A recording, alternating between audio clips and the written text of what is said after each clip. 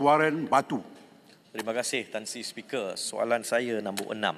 Silakan Menteri. Terima kasih kepada Yang Berhormat Batu, Tuan Tan Sri Yang Dipertua.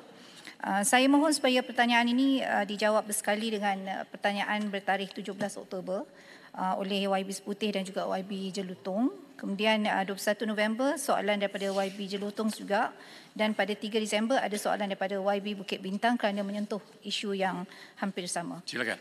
Terima kasih Tan Sri Yang Dipertua. Terlebih dahulu saya ingin menarik perhatian Dewan Yang Mulia ini kepada kekeliruan yang mengenai istilah yang digunakan tempoh hari menggambarkan kejadian sinkhole di Jalan Masjid India, dan istilah tanah jelus atau tanah mendap yang sering digunakan adalah kurang tepat. Jadi menurut Dewan Bahasa dan Pustaka, istilah yang sepatutnya adalah lubang benam. Jadi saya sendiri, Tan Sri Yang Dipertua, mohon maaf kerana turut terhilaf dalam penggunaan istilah tersebut. Jadi untuk maklumat ahli yang berhormat, menyentuh tentang status keselamatan terkini dan langkah-langkah pencegahan bagi mengelakkan kejadian sama berulang, saya ingin menyatakan bahawa berdasarkan kajian yang dijalankan oleh Task Force khas atau pasukan petugas khas yang dipengerusikan oleh Datuk Bandar Kuala Lumpur sendiri, mendapati bahawa Jalan Masjid India kini disahkan selamat untuk semua bentuk aktiviti. Ini setelah mengambil kira pandangan kepakaran secara kolektif oleh pelbagai agensi termasuklah PDRM, Polis Diraja Malaysia, Jabatan Bomba dan Penyelamat Malaysia, Jabatan Kerja Raya, Jabatan Mineral dan Geosains Malaysia serta pertubuhan profesional seperti Institut Jurutera Malaysia IEM dan juga Pertubuhan Geoteknikal Malaysia MGS. Jadi beberapa tindakan segera langkah pendek telah dilaksanakan. Yang pertamanya, audit integrity asset utility yang telah dilaksanakan oleh syarikat-syarikat utility di kawasan Central Business District atau CBD, termasuklah Jalan Masjid India, dan pemetaan serta ujian integriti di bawah tanah dijalankan bagi mengesan sebarang kelemahan pada aset-aset lama. Dan perkara kedua ialah penggunaan teknologi seperti kaedah Ground Penetrating Radar, GPR dan juga Macintosh Probe digunakan untuk menyiasat struktur tanah. Ujian geofizik seperti microgravity dan ground settlement monitoring turut digunakan untuk mengesan sebarang pergerakan tanah atau lohong bawah tanah. Bagi tindakan jangka panjang pula, DBKL akan melaksanakan penyiasatan tanah mendalam melibatkan penggunaan teknik deep boring serta ujian makmal untuk memastikan struktur tanah stabil.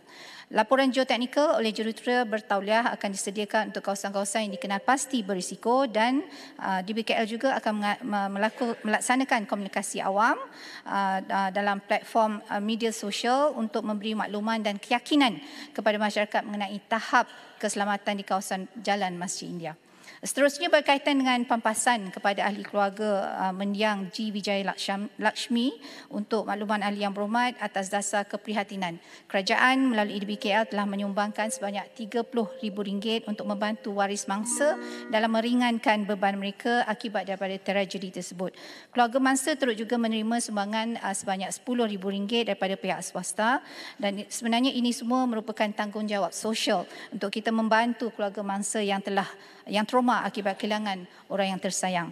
Menyentuh tentang pampasan, kerajaan tidak menghalang sekiranya keluarga mendiang mangsa hendak mengemukakan tuntutan melalui saluran perundangan terhadap agensi yang berkaitan. Saya juga memohon kepada ahli yang berhormat supaya tidak sekadar melihat jumlah sumbangan RM30,000 itu sebagai nilai nyawa mendiang, ya. Jadi pastinya nyawa itu tidak ternilai harganya. Pada ketiga kejadian tersebut, kerajaan Malaysia telah pun mengerahkan seluruh kekuatan anggota dan juga aset ke kawasan insiden, di mana kita melibatkan sehingga 13 agensi kerajaan. Dalam masa 9 hari pencarian, sejumlah besar peruntukan juga telah digunakan bagi tujuan kos dan harian operasi. Jadi jangan lupa anggota juga turut bergadai nyawa dalam memasuki ruangan sempit dan berbahaya. Malahan kos pembaikan ditanggung juga dalam satu amount yang juga signifikan. Jadi kesemua kos dan pengorbanan ini adalah bukti bahawa kerajaan Malaysia tidak mengambil mudah soal nyawa sesiapa saja, sama ada warga tempatan mahupun pelancong warga asing. Terima kasih. Baik, Batu. Terima kasih Tan Sri Speaker, dan terima kasih Menteri untuk memberi satu jawapan yang sangat-sangat yakin. Saya mengambil kesempatan untuk mengucapkan terima kasih kepada agensi kerajaan yang mengendalikan operasi SAR, walaupun nasib tidak bersama kita untuk jumpa Wijaya Lakshmi, untuk meningkatkan keyakinan masyarakat ataupun pelancongan, sektor pelancongan. Adakah kerajaan bersedia untuk mendedarkan hasil penuh penyiasatan insiden ini kepada umum?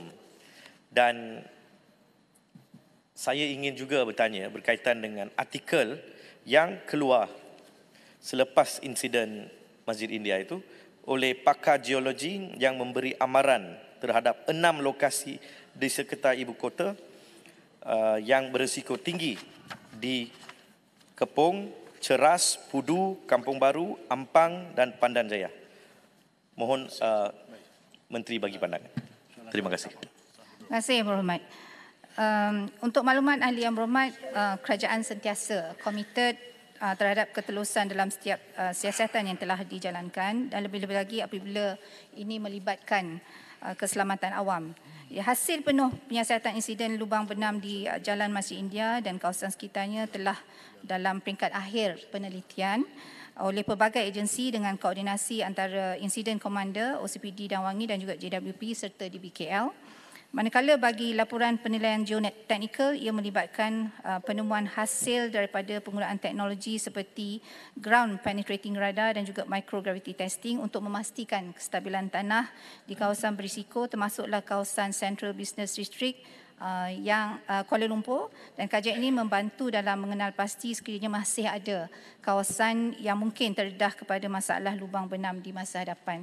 Jadi Yang Berhormat, kedua-dua laporan ini akan kelak dibentangkan kepada Jemaah Menteri terlebih dahulu. Sekian, terima kasih. Baik, Yang Berhormat Padang Besar. Assalamualaikum warahmatullahi wabarakatuh. Terima kasih Yang Betul. Datuk Yang Betul. Yang Berhormat Menteri, terima tahniah atas inisiatif yang dilaksanakan oleh pihak kementerian dan juga agensi berkaitan. Soalan saya, sejauh manakah atau berapa peratus yang dijalankan untuk hasil pemetaan utilities dan juga kajian tentang struktur tanah yang dibuat di ibu negara dan juga perancangan untuk negeri-negeri lain? Dan apakah bentuk bantuan yang diberikan kepada golongan peniaga penjaja kecil yang di sekitar kawasan kejadian? Dan saya mengambil kesempatan juga menyentuh tentang baru ni di Perlis pun minggu lepas ada berlaku yang dikatakan tadi Yang Berhormat Menteri kata lubang bernam tu di Masjid Cuping, Masjid As-Solihin Cuping. Walaupun benda tu dikatakan selamat, tapi dia di dalam kawasan jajaran Tanah Jelu sebelum ni di Sekolah Cuping. Yang sebelum ni, kalau boleh kita minta agensi yang berkaitan agar mempercepatkan proses pembinaan masjid barulah di Cuping. InsyaAllah. Assalamualaikum warahmatullahi wabarakatuh. Yang Berhormat Menteri. Terima kasih Yang Berhormat Para Besar. Jadi sebenarnya hasil pemetaan ini sedang kita jalankan dengan melibatkan pelbagai agensi, gabungan pelbagai agensi, dan ia menggunakan bukan saja kepakaran secara ilmu tetapi juga teknologi. Jadi insya-Allah hasil pemetaan itu mungkin akan mengambil sedikit masa dan sedang dijalankan. Tentang perancangan negeri lain itu saya tak pasti Yang Berhormat, mungkin itu bergantung kepada negeri masing-masing. Tentang peniaga kecil pula, memang kita telah melakukan engagement, libat urus kepada peniaga-peniaga, khususnya mereka-mereka yang terlibat dengan di Jalan Masjid India tersebut, dan kita insya-Allah sedang dalam usaha untuk memperbaiki dan menambah baik kawasan tersebut juga, dan insya-Allah diambil masa sehingga 3 hingga 6 bulan sebelum dapat digunakan sepenuhnya aktiviti-aktiviti biasa. Terima kasih. Terima kasih Yang Berhormat Menteri.